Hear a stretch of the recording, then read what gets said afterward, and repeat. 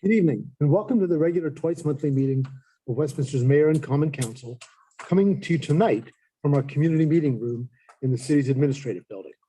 Please note that our meetings, although open to the public, will continue to be available and streamed live in the city, as well as the Community Media Center channel and website for those who'd like to follow us from home. Now we'll begin as we do every meeting with the pledge to the flag, followed by a moment of silence.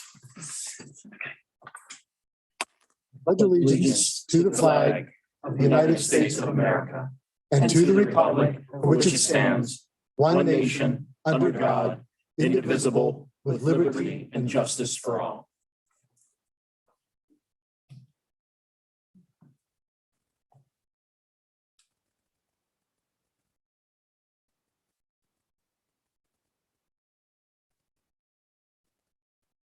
Thank you.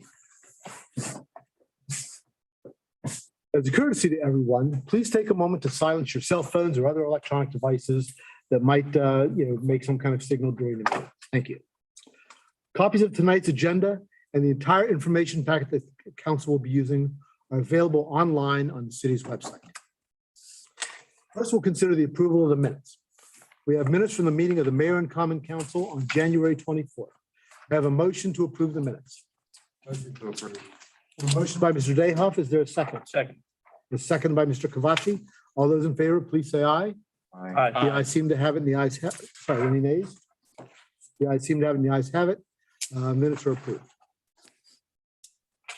We have no presentations or no public hearing tonight, but we did have a community meeting last Monday night. And I just wanted to take a moment to allow the mayor to report on that and also the city administrator. Mayor Becker. All right, thank you, Council President.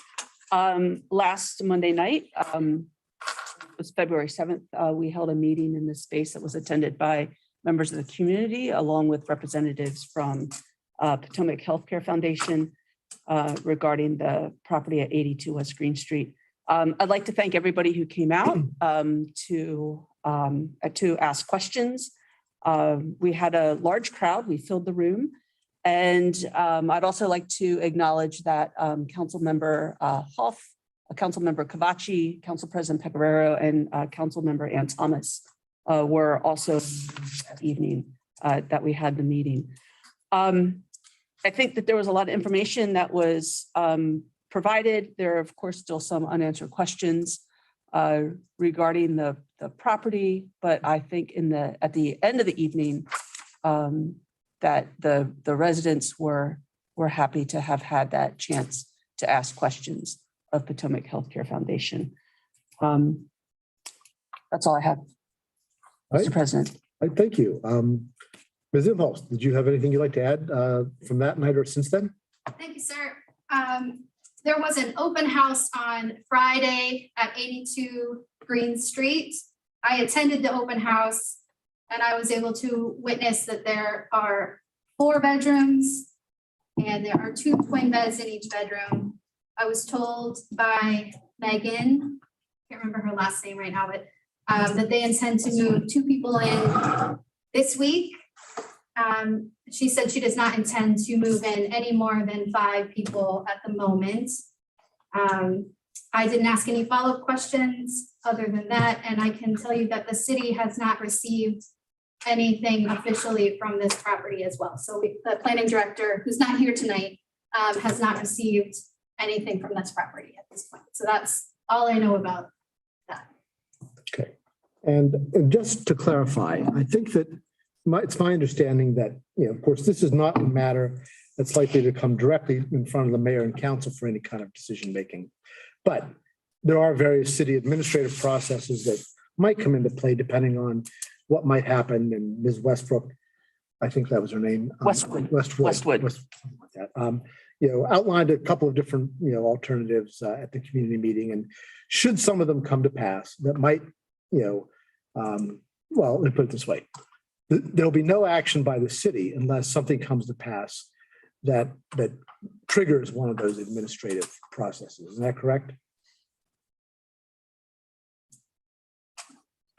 Yes, I think that's correct. Yes. Okay. All right. So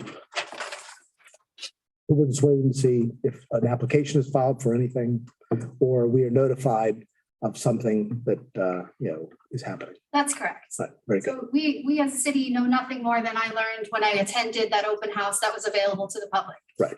Okay, very good. All right. Anybody have any questions from the council? Anything to add? All right, very good. Well, thank you very much for that.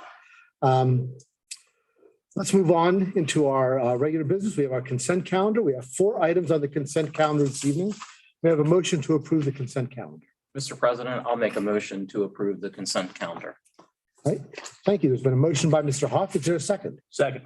And a second by Mr. Cavacci. All those in favor of approving the consent calendar, please say aye. Aye. Aye. Those opposed say nay. The ayes seem to have it, and the ayes have it, and the consent calendar is approved. Report from the mayor, Dr. Becker. Thank you, sir. Other than having the meeting that we had last Monday with on the topic of 82 West Green Street, it's been pretty quiet from my office. Other than that, I'd like to publicly take this chance to thank the Public Works Department and the Streets Department for being on top of things for the snow. I think we might be done with snow for the winter. It breaks my heart. But I'm sure Mr. Glass has some different feelings about that. But Mr. President, that's all I have this evening. All right, very good. Thank you, Dr. Becker. Let's go to our reports from our standing committees in the order that we always take them. First, from our liaison to the Arts Council, Mr. Dayhoff. Thank you, Mr. Pecoraro. The new executive director, Lynn Griffith, and I attended the 20-town business breakfast last Friday and made a presentation about one of the initial initiatives that we have with the Arts Council is to outreach into the greater community well beyond the city of Westminster. And it was, she made a very good presentation. It was very well received. Lynn Griffith and I also attended a meeting with the Carroll County NAACP recently. In full disclosure, I'm secretary of the Carroll County NAACP. We met for the purposes of developing an approach to promoting more diversity participation at the Carroll Arts Center. As a matter of fact, that meeting took place when Dr. Becker was having her community meeting here at the same time. Sometimes we need to split up and go in different directions in order to get some things accomplished. There's a lot of activity at the Arts Council these days, but I think in the interest of time, maybe I'll prepare a more thorough report for the next meeting. The Peep Show's coming up, Art in the Park is coming up. A lot of exciting programming is coming up over at the Arts Council.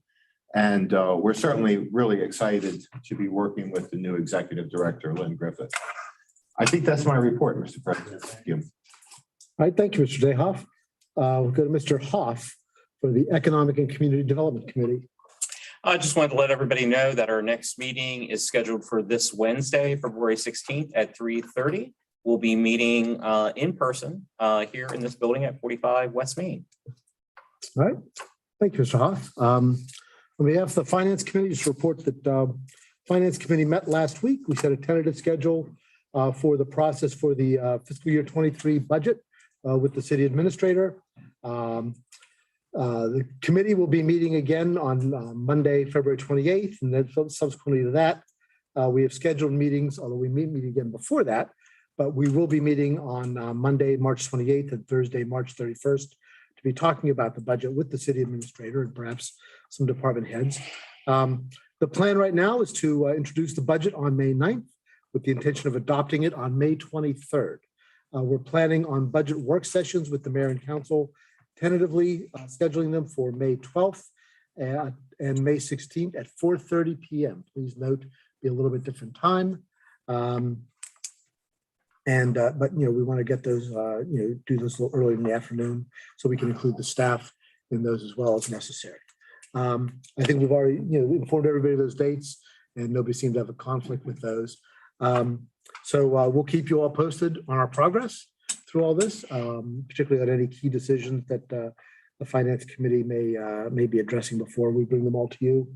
And we'll look forward to a productive budget session this year for Ms. Imholz's first budget for the city. So she's a little short-handed, but we know she's gonna get it done. So that's all I have for the Finance Committee.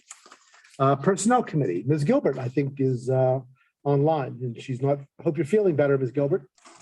I'm doing better, but still breaking out on all those little coughing spells every once in a while. So I'm going to stay remote for tonight. I have nothing to report on for the Personnel Committee. Thank you.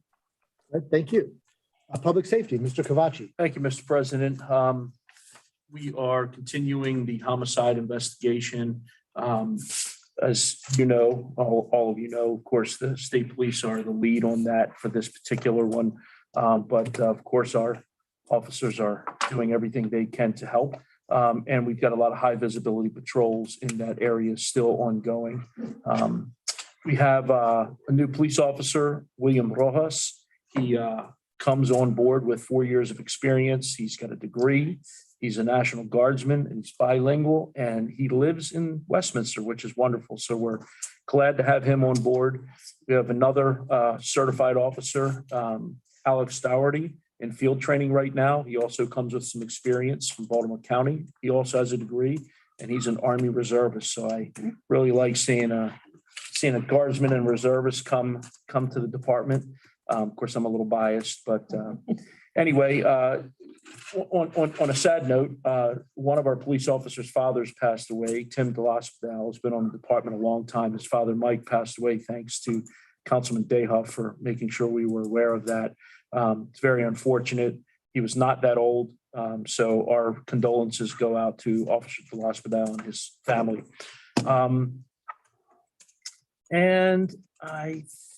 Let's see, what else?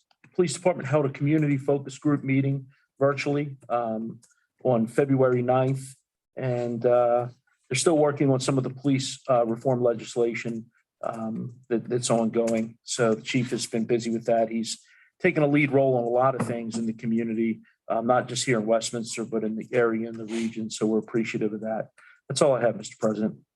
All right, thank you, Mr. Kavachi. And also, you can do the Public Works Committee report. Public Works, I have no report other than just to echo the mayor's sentiment. Thank you for the wonderful job that you and your staff do every time we get a couple of flurries on the road.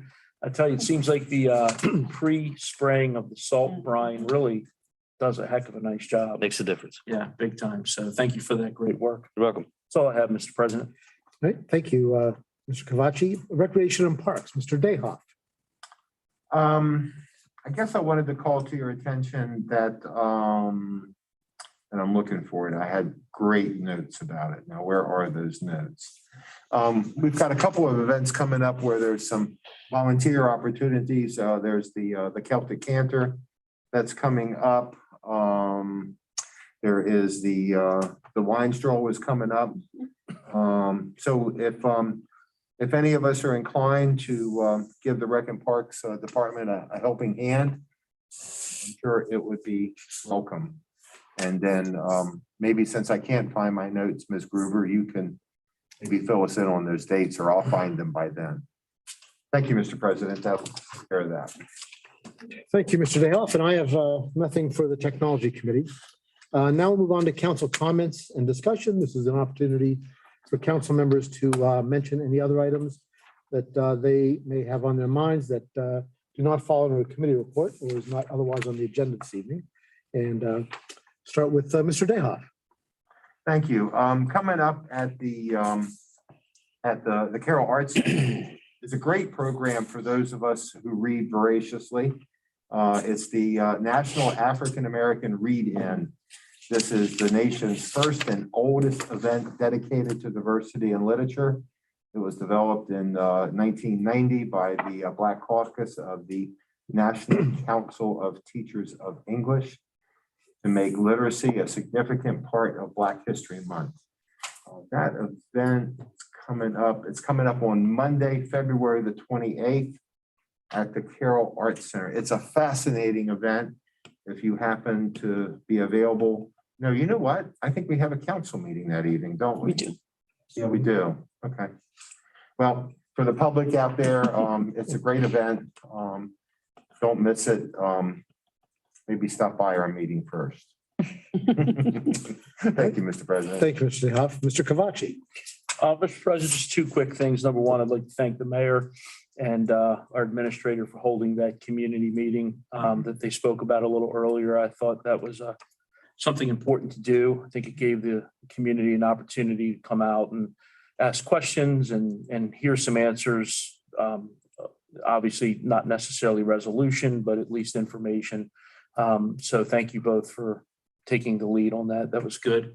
I did have an opportunity, Ms. Simholz, like you, I went over and took a tour of the property during the open house and saw, basically the same thing you did. No one had any idea who I was walking through, which was fine. I just kept it that way. So that's it. All right. Thank you, Mr. Kavachi. Mr. Hoff. My only comments are, I was thrilled to see on the consent agenda tonight that we are moving forward with beginning the work related to getting preparation to get bids for the work on the clock tower. That was wonderful to see.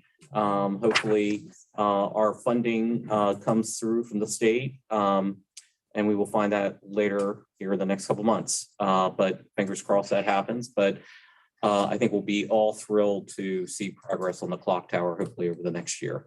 And then the only other thing I wanted to mention is we're, as the president said, we're kind of really working on the finance committee and getting rolling with that. I'm really looking forward to that process. It's going to be a real learning opportunity for me. I have an accounting background, but government accounting is its own kind of special thing. But I'm really looking forward to kind of digging in and kind of getting a better sense of things. So I look forward to that process. Great. Ms. Imholt has some ledgers ready for you to start reviewing. See if you can balance them for her because we're a little short-staffed. She's already been educating me. Ms. Gilbert, anything you'd like to share tonight? No, I just wanted to also thank the mayor and the president for the community meeting last week also. It was a great way to provide the community with some information and kind of put some rumors to rest. So I appreciate the outreach and the proactive meeting. So that's all I really have for tonight. All right. Thank you, Ms. Gilbert. And I just want to add my own thanks to the mayor and to the staff for organizing that event. And I want to add also that I was disappointed in the coverage in the Carroll County Times. I thought that the meeting was very respectful. I thought that the vast majority of the citizens who attended were interested in getting information on what was going on. They kept whatever emotional concerns they might have had, I think largely in check. One or two people, had a little difficulty with that, but I think by and large people were very respectful and thoughtful and asked very good questions, which were, I think, on everybody's minds. And I want to thank the community for coming out and showing that interest. I think it was helpful to everybody. And I also want to thank the folks who are going to be providing the services for coming and answering questions pretty willingly, and also hosting the open house, which I also had the opportunity to attend, and of course saw the same things everybody else did. So there's nothing else to belabor there. But again, thanks to everybody. I think that as much information in the public domain as possible is always the best way to go, and I appreciate that opportunity.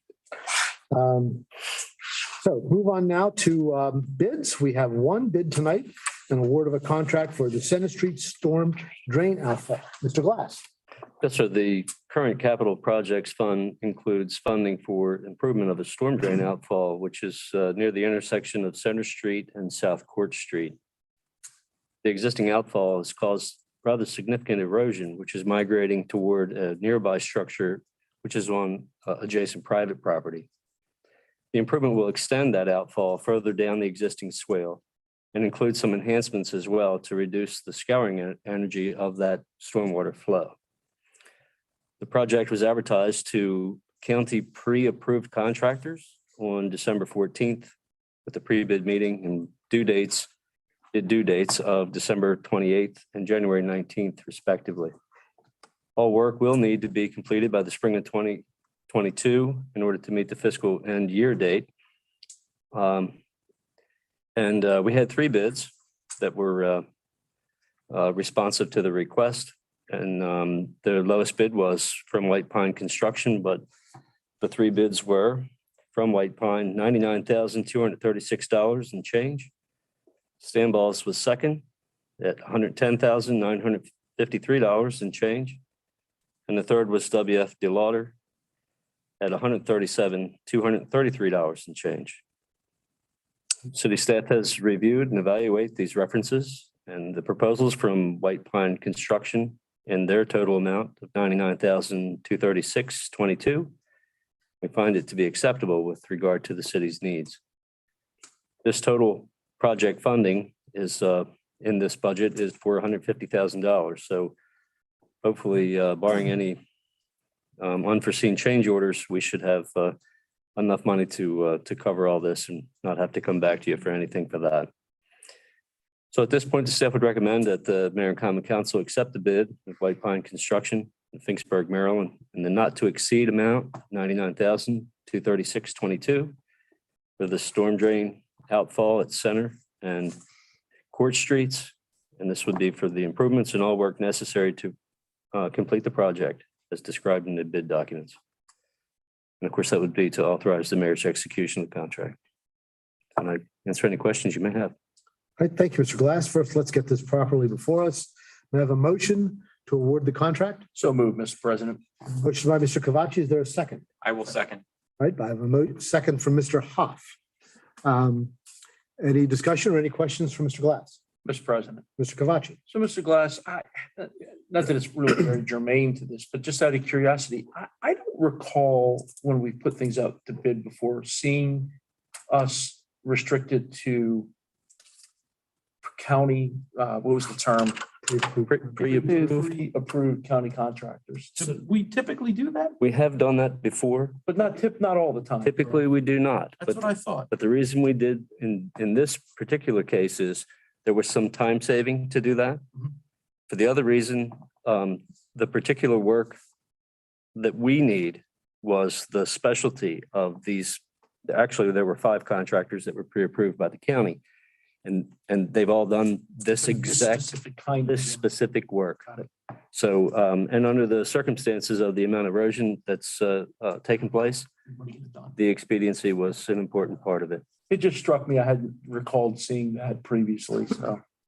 We don't follow that to be typical, but we have before. Thank you very much. Appreciate Yes, it. sir. That's all I have, Mr. President. Thank you. Any other questions for Mr. Glass or any other comments? Mr. President, I have Dr. a Becker. question. Just, is this the erosion that's taking place? Is that on the county health side or the other side of? Other the other side of Center Street? Center Street. Where that gully That's correct. ravine is on the left there as you drive down. That ravine. Yes, ma'am. Okay. All right, great. Thank you. You're welcome. All right, thank you. Anyone else? Right, well, it's not usual these days that we see a significant savings in a construction type project where we're unfortunately used to seeing things going the other By the way. way. We'll take it. We will absolutely. Correct. Thank you. All right, we're hearing no further discussion. We'll move on to a vote. All those in favor of approving the bid, please say aye. Aye. Those opposed say nay. The ayes seem to have it, and the ayes have it, and the contract is approved. Thank you, Mr. Glass. Yes, sir. Thank you. There is no unfinished business of which I am aware. Does anybody have any unfinished business? Council? Hearing none. There is no new business of which I am aware. Does anybody have any new business? Hearing none, we will move on to departmental reports. Ms. Imhoff.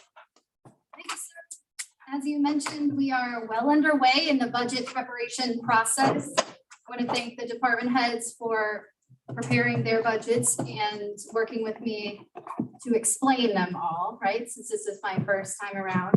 I'm confident that we'll meet the deadlines in front of us.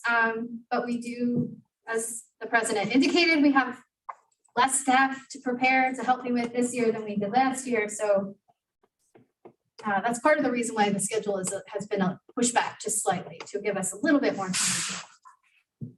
I'm going to go to the planning report, which I will be giving tonight. On February 1st, the Board of Zoning Appeals approved a special exception to operate a home occupation vehicle wholesaling use at 746 Blue Union Lane. On February 2nd, the Historic District Commission recommended to conditionally approve the demolition permit for 2888 East Main Street. And they approved a historic rehabilitation property tax credit of up to $2,895 for 229 East Main Street.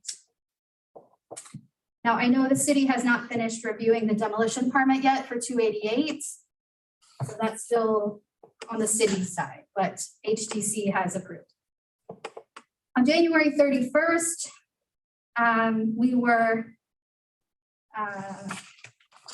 found out that our city's sustainable community designation was renewed, and that's for 5 years.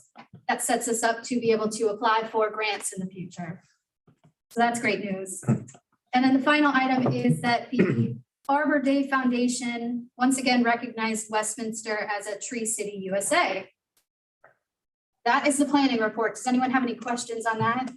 Ms. Imholz? Yes. I don't know if go to my colleagues if they have something too, but I just want to comment. I'm very pleased, not entirely with the outcome, because certainly we would like to have seen perhaps a historic structure handled differently, but I'm very pleased that the Historic District Commission, and the planning department worked together so well and took such an activist role on this issue. I've mentioned many times here at these meetings over the last couple of years that I'm very concerned that, we used to talk about historic downtown Westminster, and we are losing some of that as we have allowed people to, sort of do away with some of the historic, structures that we had downtown. And I'm very glad that they worked hard, for the outcome that I think, works pretty well on this. So good that they got involved, good that they worked hard at it, good that the planning staff were so supportive. Reached by, working with the property owner, probably the best possible outcome under the circumstances. So, Thank you. anyone else? President. Mr. Kavachi. Ms. Imholz, the very first item that you listed, can you restate that, please? Restate it. Tell me what it was, because it was about, I didn't quite understand what you were saying. At 746 Blue Moon Lane, Mhm. the applicant asked the Board of Zoning Appeals for a special exception to operate a home business in his house. And the business is vehicle wholesaling, which is done on his computer, Okay. but it requires a special exception. That's all I needed to hear. I heard vehicle at his home. I'm thinking, we're gonna have a car lot in front of this guy's house. I'm like, whoa, what are we doing? No, I'm good. and so they approved that. Okay, all good. Doing wholesale on his computer is a whole different Yep, ballgame. it sure is. Okay, thank you very much. Any other questions on the planning report? All right, let's move on to human resources. Good evening, Mayor and Council. The city is currently recruiting for various positions at various levels across all departments. So go to the city's website to apply. The city of Westminster is a great place to work. So there's several positions. I encourage everyone, if you know someone, please apply. Thank you. That completes my report. Thank you, Ms. McCullough. We move on to housing. Oh, thank you. I just want to first say good evening. And there are two items I just want to update the mayor and council on. The first has to do with the inspections of units on the housing choice voucher program. We are out doing inspections, taking the necessary precautions. We have 26 that are scheduled this week. We did about the same number last week. No problems with any of the inspections. The second item I wish to update you on has to do with the purging of our waiting list. You probably heard me mention this on several occasions. That process is currently underway. A number of the applicants have returned the requested information. Some of the address, the people mail came back to us with no forwarding address. And so it helps us reduce that list. As of tonight, that list is gone from 6 1,651 down to 1,521 as of tonight. So as things come in, that number will probably go down some more, and we have a more active list that we working with. So that's my report. Thank you, Mr. Brown. Any questions? Chief Ledwell, Police Department. Sure. Good evening, Mayor and Council. I'll follow up on what Councilman Kavachi talked about earlier with the homicide investigation. Obviously, that's our number one priority. We hate to have any violent crime in the city. And when we do, we like to act quickly. Maryland State Police has taken the lead on this investigation. Our detectives are supporting the investigation of the state police. I know they're diligently following leads at this point. We're also complementing that with high visibility overtime patrol. We partnered up with the Carroll County Sheriff's Office. Sheriff Police has graciously offered to partner with our patrol cars to have that kind of continuous presence and visibility.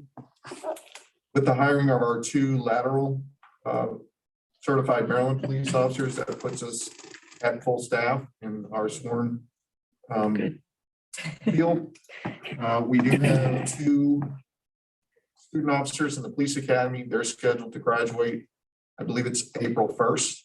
So we're looking forward to that date. I think April 1st is also the magic number for 2 of our other officers who are currently on National Guard deployments. So we're hoping to show a significant staffing level increase in beginning of April. As far as our community focus group goes, that's being spearheaded by Deputy Chief Gibson. I think it's going very well. It's very well attended. We've gotten good feedback from the meetings. This previous meeting we held on the 9th, we brought in a guest speaker, Veronica Dietz with the Carroll County Health Department, and she presented her role in our law enforcement assisted diversion program. It was very well received. So we encourage any community members who are interested in joining our community focus group to just shoot us an email or give us a call at the police department, and we will advise you on how to do it. Right now, we're conducting the meetings virtually. As far as the police reform legislation in the state of Maryland goes, the 2 significant dates were October 1st of last year and then July 1 of this current year. And just to update you on the status of where we're at for each of those pieces of legislation. The legislation that went into effect on October 1st, we're 100% compliant with. We updated our search and seizure warrant general orders and standard operating procedures.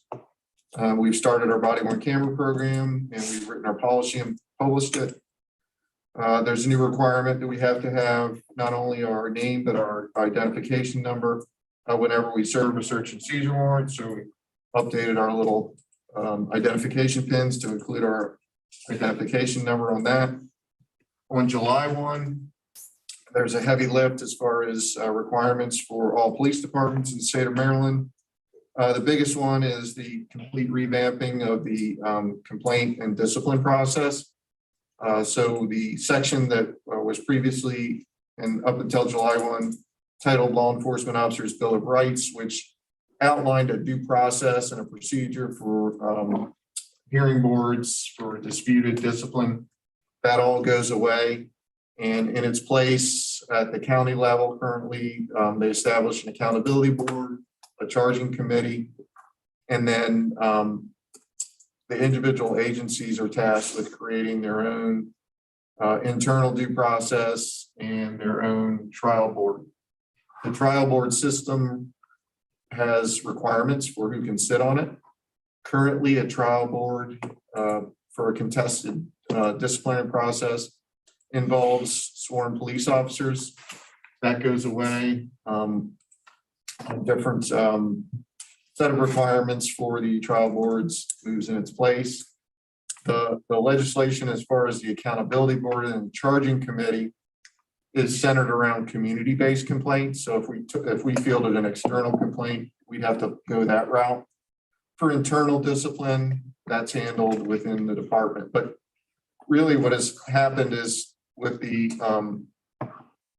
doing away with LEOVR, it left it upon each individual agency to come up with their own internal disciplinary process. So we're currently working through that piece. There's a number of other things that are in effect as of July 1. I touched on some of the other pieces of legislation, such as the requirement for mental health resiliency screenings every other year for all sworn police officers in the state of Maryland. We're also going to be required to take a physical ability test annually, and I'm hoping that's going to be tiered for age. It's for all sworn. We're also required to implement a standard traffic stop preamble, which I agree with. I think it's a good idea, such as making sure that you start out by identifying yourself, go over through the reason for the stop, etc.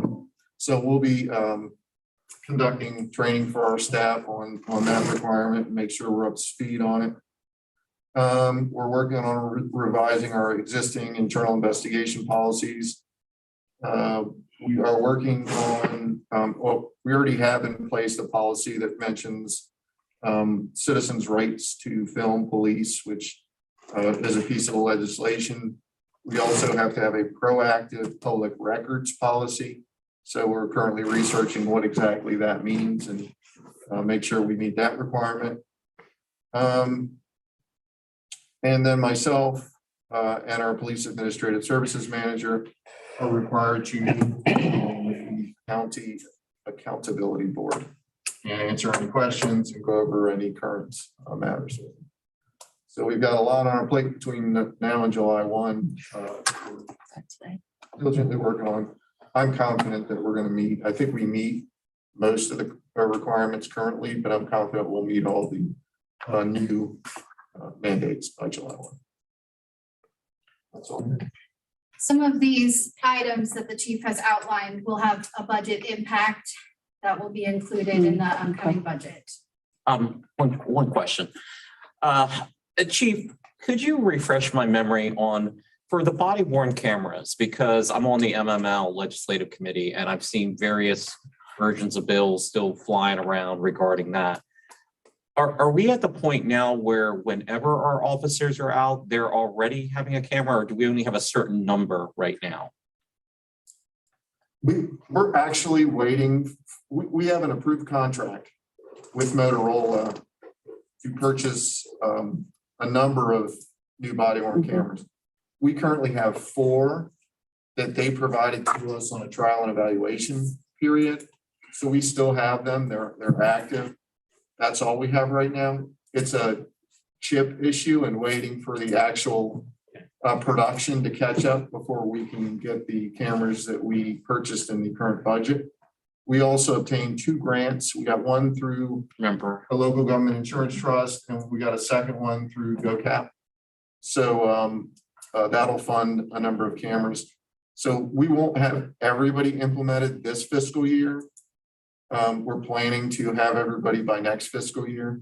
The required deadline for our agency and agencies our size is 2025. Okay. So we have to have it. So there's some additional bills floating around down there that either have to do with how things are stored or other things. So, I mean, obviously we'll see where those bills go. But I thought we were relatively far along in the process, and it sounds like that is indeed the case. We're getting there. Our bid process was completed. The contract was approved.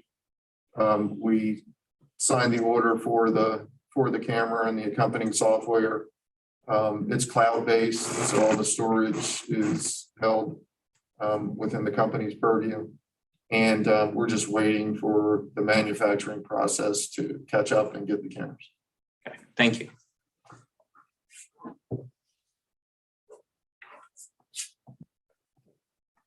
Any other questions on the police department? Okay, hearing none, we'll move on to the recreation department. Ms. Gruber.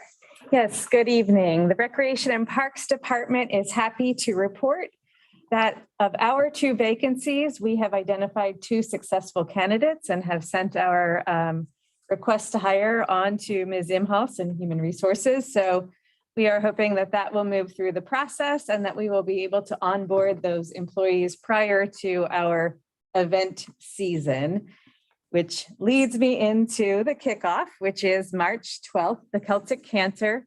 Exciting things are happening there. We've established a partnership with the Carroll County Arts Council to offer tickets to Gaelic Mishap on Friday night and the Teelan Irish Dance Company on Saturday afternoon or evening to any of our runners who book a hotel package or anyone else that would like to come into town and stay longer for the festivities. So that was a great partnership to establish with them.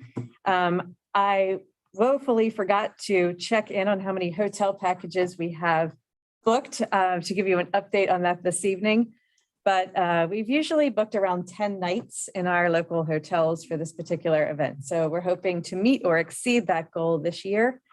If our registration is any indication of the success of the event, benchmarking against our run in 2019, we are ahead by almost 50 runners registered at this moment. So we're excited to see those numbers coming in.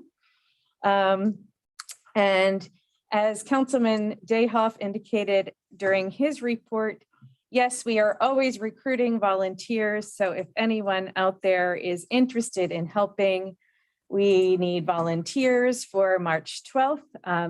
And your volunteerism for that particular event helps out Access Carroll and Target Community Services. They are our two benefiting charity partners for the Celtic Cantor. And they're the ones that are actually recruiting volunteers for that event at this moment in time.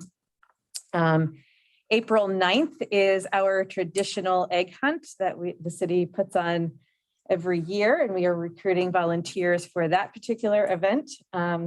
We like to see a lot of students turn out for this to earn student service learning hours. And then, of course, we're actively recruiting volunteers for our April 23rd wine stroll. And the last thing I have to report on that event is the day that we announced our VIP tickets were going on sale, we sold out that same day. So a lot of interest in that event, and we are eager to get back outside and shake off this cold weather and do some fun things on Main Street. That concludes my report, unless there are questions. Mrs. Gruber, it's just if individuals want to volunteer, let's say for the Celtic Cantor, who should they contact? They can go to our website or they can email directly our email inbox, westminsterrec@westminstermd.gov.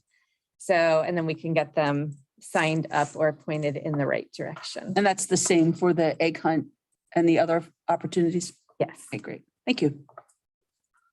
Thank you.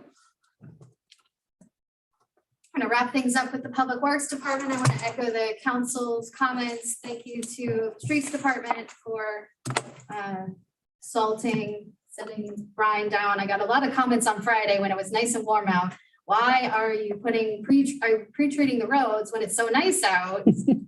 Said to me when they weren't even wearing jackets. And I said, well, I suppose it's not going to be nice in the very near future. And as it turns out, it wasn't.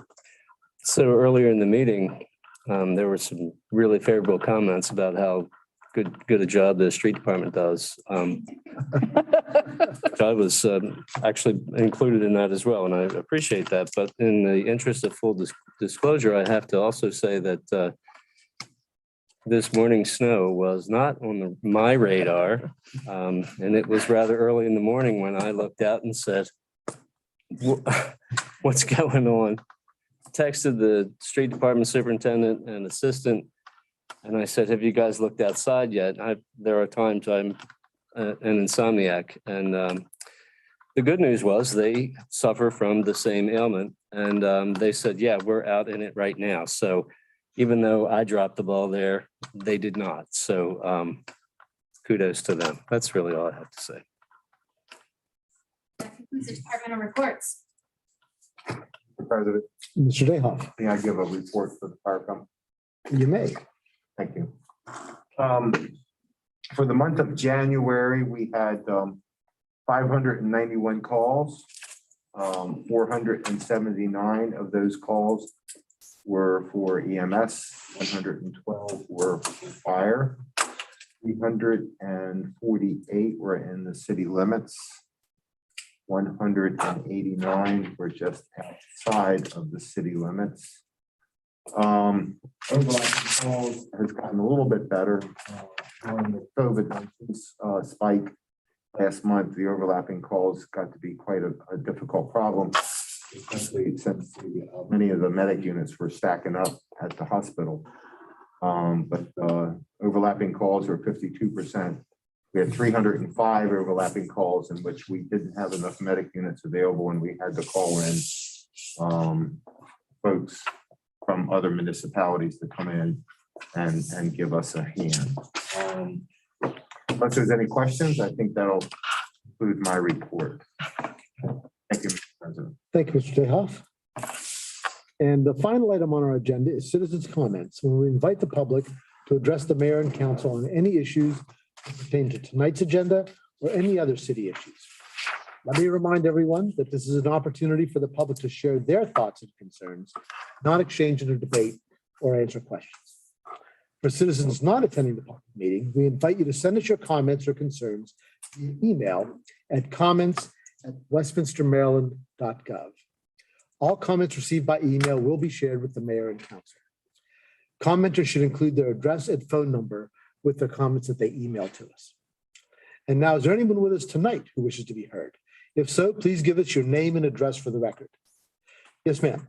Eileen Bazella, 79 West Green Street. May I? Sure, please do. Thank you. First of all, I'd like to also thank the council members and the mayor for having the forum on February 7th. I was one of those in attendance. I live on the block, the same block as 82 West Green. I am also one of the 8 families that sent a letter to the council members and the mayor dated, I think, February 11th in follow up to that meeting.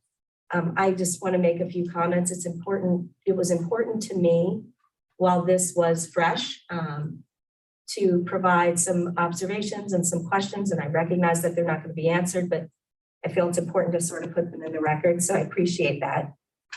Those of us that were there primarily were concerned about zoning. It was wonderful to hear our neighbors' comments and to hear the answers to the questions. Our concern is not what that business is, but it was and continues to be zoning. Actually, several days prior to the forum, one of the representatives actually told me we, quote, are not a business. There are actually 3 entities involved, 2 of which are for-profit and a nonprofit arm. At the forum, we did learn some things about the intended operation of the business. That includes they do have interest in having 8 simultaneous persons. I understand maybe not immediately, but that's their interest. The stays for those persons will be 3 months, as short as 3 months, unless either party wants it shorter. They can leave at any time and move someone else in at any time. There's no lease for residents. Medication and other billable services will be managed through their organization. Curfews will exist for residents. There will possibly be restrictions on visitors. There's video surveillance. To us, this information only highlights the importance of our city's zoning laws as it relates to property, potential requests of future homeowners, and what is and what isn't allowed in a residentially zoned area. I understand, or at least it appears to me, that maybe they can fall under the family definition, as we're not expecting or accepting to do anything different if they don't submit paperwork for something more. I may have misunderstood that, and that's fine too. My rhetorical question to go on to the record is, do they have to submit paperwork? Can't the city classify their business based on what they've publicly stated their use is, what their intended use is, and the fact that they're accepting public money for a grant to operate in that home? If the city accepts the family definition, that there are 500 unrelated persons, and that's fine, then I wish that would be stated out loud so that we would understand and know that. The fact that the boarding house exception is only in place according to Ordinance 907 until January 2026, I think should be considered. Whether the boarding house exception actually allows persons who live at the dwelling when the business owner is receiving payment for services beyond simply living there, I think should be considered. Finally, there's a definition in the code that defines a nursing home exception. That definition says, quote, home for the aged and any place devoted primarily to the maintenance and operation of facilities for the treatment and care of persons suffering from illness, etc. My point is, without real limits on high volume residential housing, particularly those connected with businesses, and in this case, 3 businesses, our residential neighborhood could fundamentally change. What would stop me, a homeowner in my neighborhood, from establishing an LLC or a nonprofit where I could house groups of visiting artists or develop a program in cooperation with the college that includes housing, provide short-term stays for families relocating to the area? All kinds of possibilities exist if these zoning laws are left as open to interpretation as they currently are, in my opinion. So I ask that our city councilors, 1, consider the impact of businesses such as this on the adjacent properties, that they 2, consider amending or enacting new ordinances that will limit high volume residential housing operations in areas zoned such as ours, and 3, ensure that the city regulates any special use permits granted. Thank you. I appreciate the opportunity. Thank you very much. Would anyone else like to be heard this evening? Okay, hearing no one else. Thank you all for coming very much. That concludes our agenda and the meeting. Mr. Samios, did you have something you wanted to say? Yes, I did. I thought maybe you didn't I'm hear. sorry. Mr. Samuels, please. I'm sorry. Yeah, Take a couple minutes of your time. sure. Just give your name. It's Pete Samios, 152 East Main Street, Thank you. and I'm here to talk about trees. Real important, but something that's bugged me. I live on Main Street. I have an office building on Main Street. And now I come to find out that the trees that the city planted are the responsibility of the landowner to maintain them and to replace them or do the trimming, even though the city does some of the trimming. I don't understand it all. But anyhow, I think it's time to rethink the policy. I believe the trees were planted for a good reason. They were planted to be the benefit of all the citizens of Westminster. And I think that the expense should be borne by all the taxpayers, the whole tax base of Westminster. I think that's the most important reason that the policy should be looked at again and to see if the city just wouldn't take care of the complete maintenance of the trees. A couple other reasons. If there was one entity like the city that would take care of the trees, you wouldn't have haphazard, one company doing this kind of trimming, another company doing this kind of trimming, BG&E coming through and doing the middle. It's all haphazard. Seems like it ought to be all controlled by the city. And I think it would look a lot nicer. Those trees, when they were planted, I can remember the representative from the city coming by and saying they would only grow to 8 or 9 feet. Well, the ones in front of my building are over top of the roof, and they're growing over top of my roof, which is a concern. So it's another reason. If those trees were trimmed before they got as high as the power lines, it would be a lot easier to maintain. BG&E would not have to come by and cut about 4 feet out, and then the city come out and do whatever they. I mean, I don't really understand the whole policy, but it just the other day the city came by and trimmed some. This summer it was BG&E clearing the lines. So I just leave it at you guys. You should have your personnel look at it and see if there's not a way that the city could take it over. So is there anything else? Oh, just one other little thing.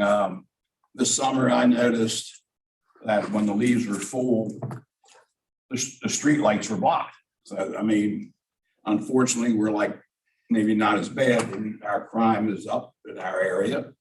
And the light from the lights that you put out on the utility poles weren't reaching the pavement. So another reason. So if anybody has any questions, I'll try to answer them, but it's really just a request for you to relook at the policy. All right, thank you very much. Take a look at that. All right. Anyone else? Okay. If no one else wishes to be heard, that does conclude our agenda. Our next regular meeting will be held on Monday, February 28th I'd like to wish everyone a happy Valentine's Day. And with that, without objection, we're adjourned. Do we need a motion? Oh, Oh, I'm sorry, we didn't do the motion. yeah, we didn't do the motion yet. Oh. But you have a motion to go to closed session. Reconvene us. I'm sorry, you come back in the session. Mr. President, I'd like to make a motion to move that the Common Council adjourn to a closed meeting on Monday, February 14th, 2022, in accordance with the general provisions article and the annotated code of Maryland 3-305B, Section 10, to discuss the public security. If the public body determines that the public discussion would constitute a risk to the public or public security included, I, the deployment of fire and police services and staff, and item 2, the deployment and implementation of emergency plans. I will second that motion. I thank you. We have a motion by Mr. Cavacci and a second by Mr. Hoff. On closed session at the conclusion of the regular meeting. All those in favor, please say aye. Aye. Those opposed say nay. The ayes seem to have it and the ayes have it. And we will have a closed session immediately following this meeting. And with that, Mr. President, yes, will we be coming back into and the session? we will not. Thank you. Sure. All right, with that, we're adjourned. Thank you. We have to show that we're not coming back. I guess. Maybe Doug. Yes, sure. I don't know if you can get out down there. Or- Yeah, I can keep him. Okay. There you go. Skinny, I couldn't get out that way. I didn't try it. Mr. Brown. Thank Yeah. you. Thank you. Yeah. Hi, thank you.